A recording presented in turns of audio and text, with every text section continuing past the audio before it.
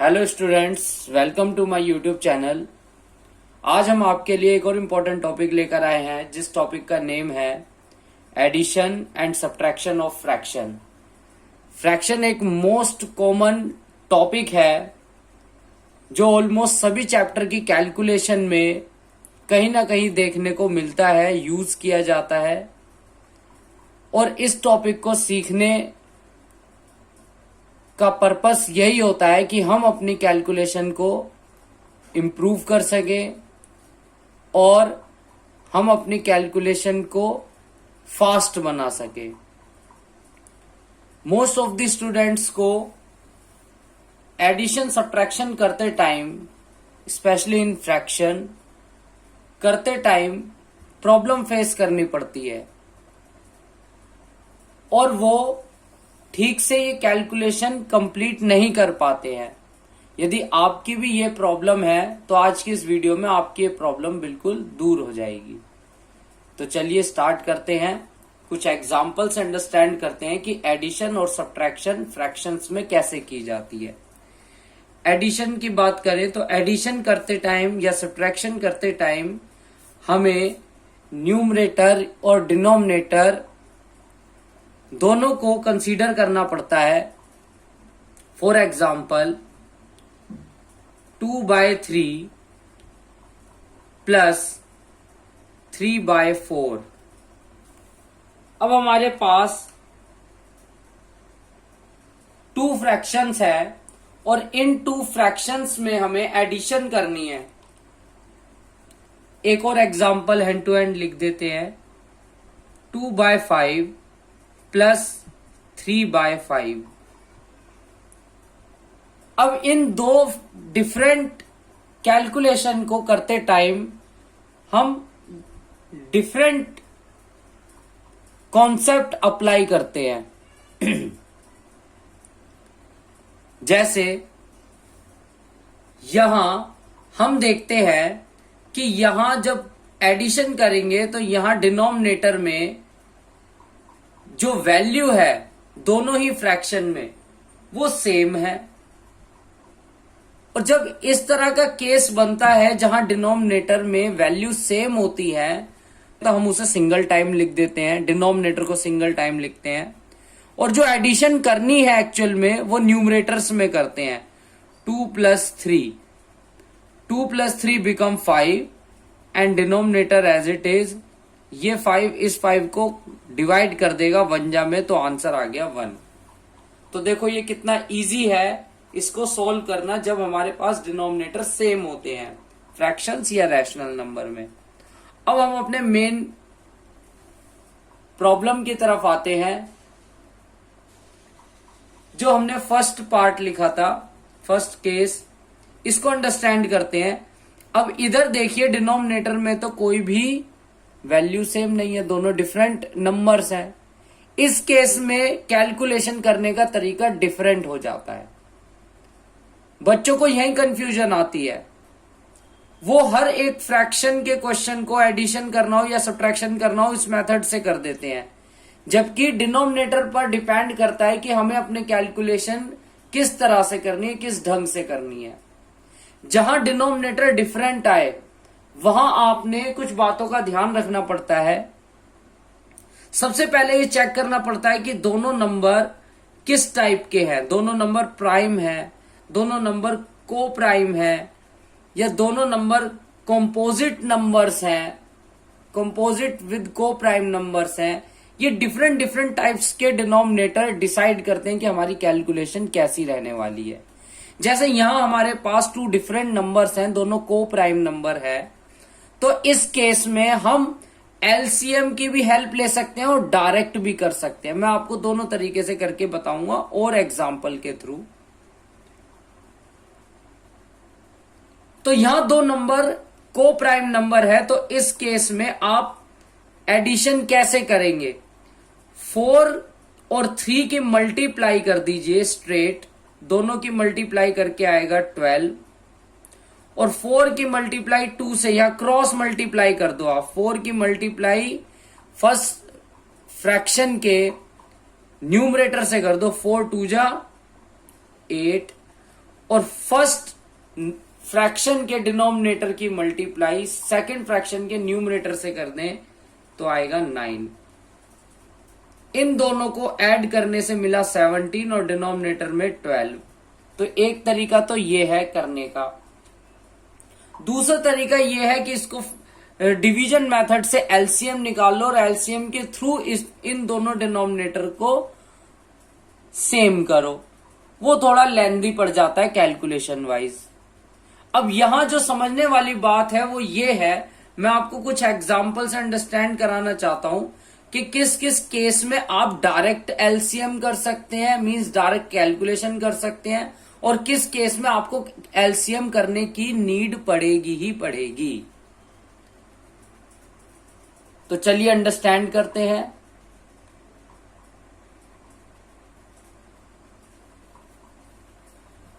Yes, now we have 3 different cases.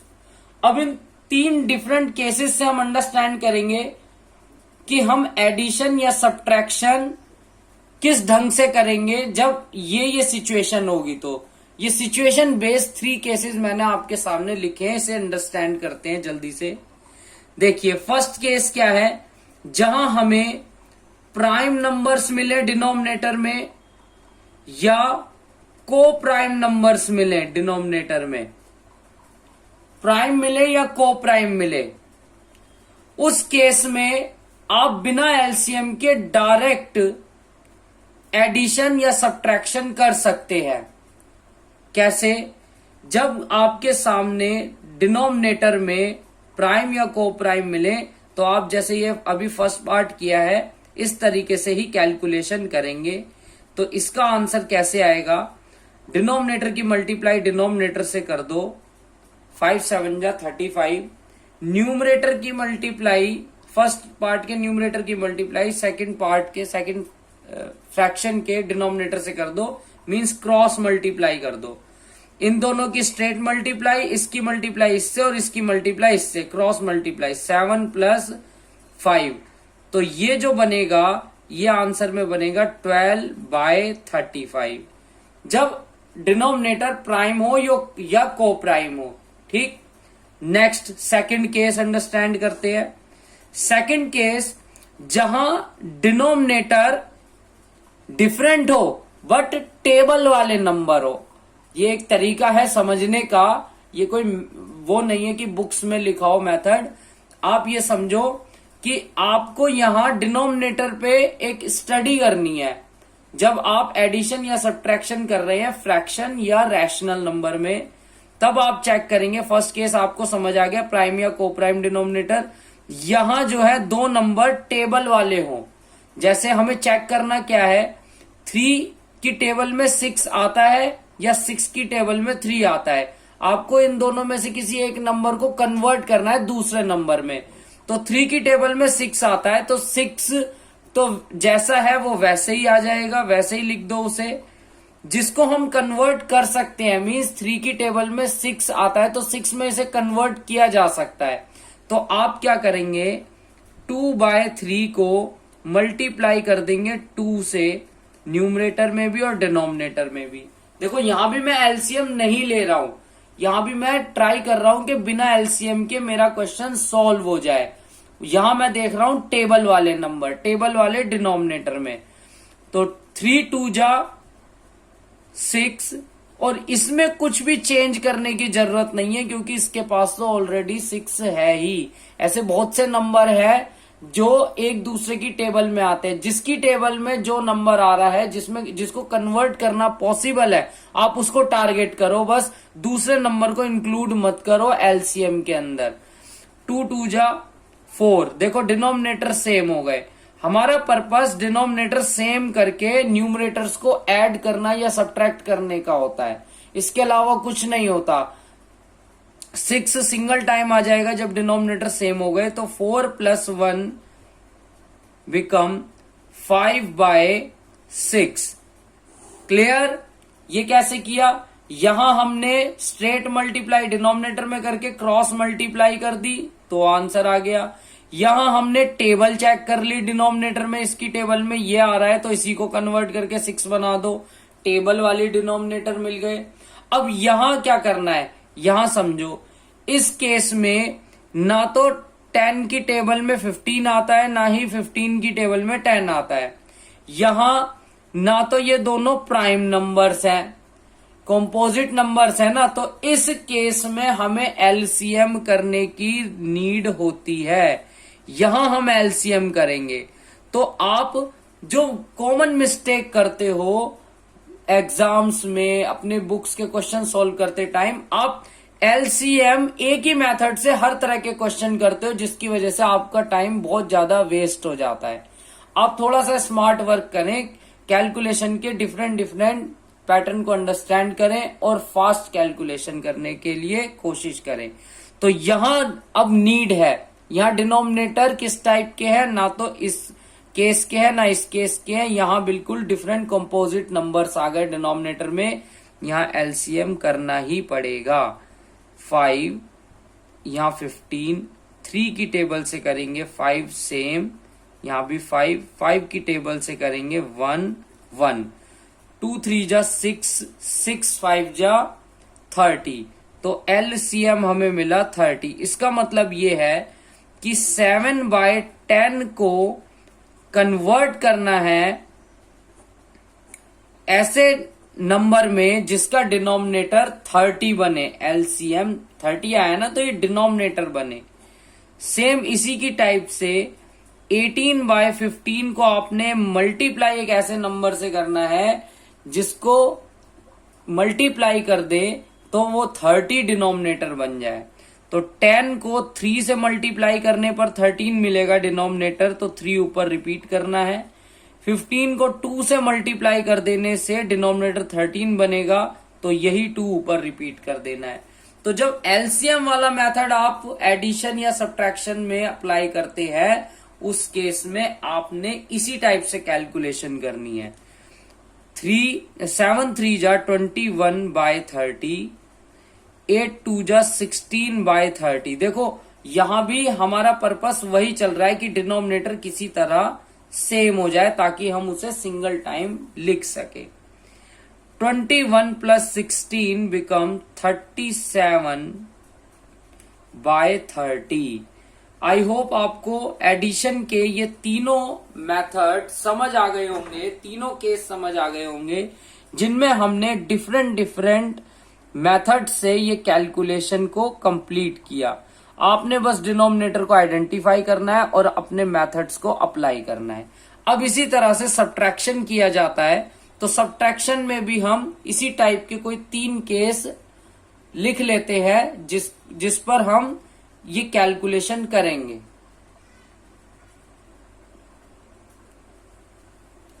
Yes, we have 3 different cases like this. So now start with case 1। तो जैसे जैसे हमने यहां किया था एडिशन, वही 3 टाइप के केसेस हैं। देखो यहां 2 प्राइम नंबर्स हैं, तो वही मेथड अप्लाई करेंगे कैलकुलेशन का जो इधर किया था। 7 2 जा 14, 5 1 जा 5, 5 7 जा 35। तो हमारा आंसर आ जाएगा 14 - 5 9/35। तो कितना इजीली हो गया। नहीं तो हम दूसरा मेथड क्या है जो बच्चे करते हैं, एलसीएम निकालेंगे पहले 5 7 का, फिर उसे कन्वर्ट करेंगे, फिर बाद में सब्ट्रैक्शन करेंगे। नहीं, यहाँ क्रॉस मल्टीप्लाई से काम चल जाएगा, तो उसी से करें और आंसर वही आएगा जो उस मेथड से आना है। Now proceed to next method, table वाले डिनोमिनेटर, जिसको हमने नाम दिया है। 3 की टेबल में 9 आता है, यस आता है। 9 की टेबल में 3 आता है, नहीं आता। 3 की टेबल में 9 आता है, तो 3 को ही कन्वर्ट कर लो। 2/9 को जैसा है वैसी रहने दो, उसे डिस्टर्ब मत करो। 2/3 मल्टीप्लाई, 3 की मल्टीप्लाई से काम चल जाएगा, तो 3 की मल्टीप्लाई ले ली हमने। 3 3 जा 9, 2 3 जा 6 -2/9। तो देखो डिनोमिनेटर सेम हो गए, तो सिंगल टाइम लिख दिया। 6 - 2 ये आ जाएगा 4/9। Okay, next and last method जिसमें हम एलसीएम करते हैं। तो यहां देखो ना तो टेबल वाले नंबर है, ना ही प्राइम या को प्राइम नंबर्स हैं, तो ये दो डिफरेंट कॉम्पोजिट नंबर है, तो इसकी पहचान मैंने आपको करनी बता दी है। इस केस में आपको एलसीएम करना ही पड़ेगा। एलसीएम करने से आपका ये क्वेश्चन जल्दी सॉल्व हो जाएगा। इनसे ज्यादा टाइम लगेगा इन मेथड से, बट हो जाएगा। 2 से करेंगे पहले, क्योंकि एक नंबर 2 से डिविजिबल है। 15 नाउ 3 5 3 अगेन 3 का यूज किया जाएगा। 1 5 5 का यूज किया जाएगा। 1 1। तो एलसीएम जो हमारा बना 2 3 जा 6 6 3 जा 18 18 5 जा 90। तो डिनोमिनेटर हमें क्या रखना है, 90 रखना है दोनों ही फ्रैक्शन का। 8/15 मल्टीप्लाई ब्रैकेट बीच में माइनस 5/18 मल्टीप्लाई ब्रैकेट। अब यहाँ 15 की टेबल में 90 कितने जा पर आता है, 6 जा पर, तो 6 को न्यूमरेटर डिनोमिनेटर दोनों में ही मल्टीप्लाई किया जाएगा। 18 5 जा में 90 आएगा, तो यहां हम 5 से मल्टीप्लाई करेंगे। हमारा पर्पस वही है, एलसीएम को लाना डिनोमिनेटर में, एंड दैट इज 90। तो 8 6 जा 48/90 डिनोमिनेटर 90 माइनस 5 5 जा 25/90। डिनोमिनेटर सेम होते ही आपकी कैलकुलेशन वैसी रहेगी जैसे बाकी मेथड्स में है। Denominator single time 48 minus 25। सो न्यूमरेटर्स में सब्ट्रैक्शन कर दो। 48 माइनस 25 23/90।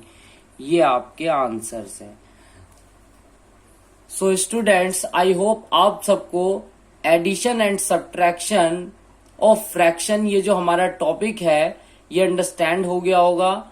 इससे आपको काफी हेल्प मिलेगी अपनी कैलकुलेशन को इम्प्रूव करने में, स्पेशली इन रैशनल नंबर और इन फ्रैक्शन। सो आज के लिए इतना ही। Thank you so much. यदि आपको हमारी वीडियो अच्छी लगी हो, इंफॉर्मेटिव लगी हो, तो हमारी वीडियो को लाइक करें, अपने फ्रेंड्स के साथ शेयर करें और हमारे चैनल को सब्सक्राइब करें।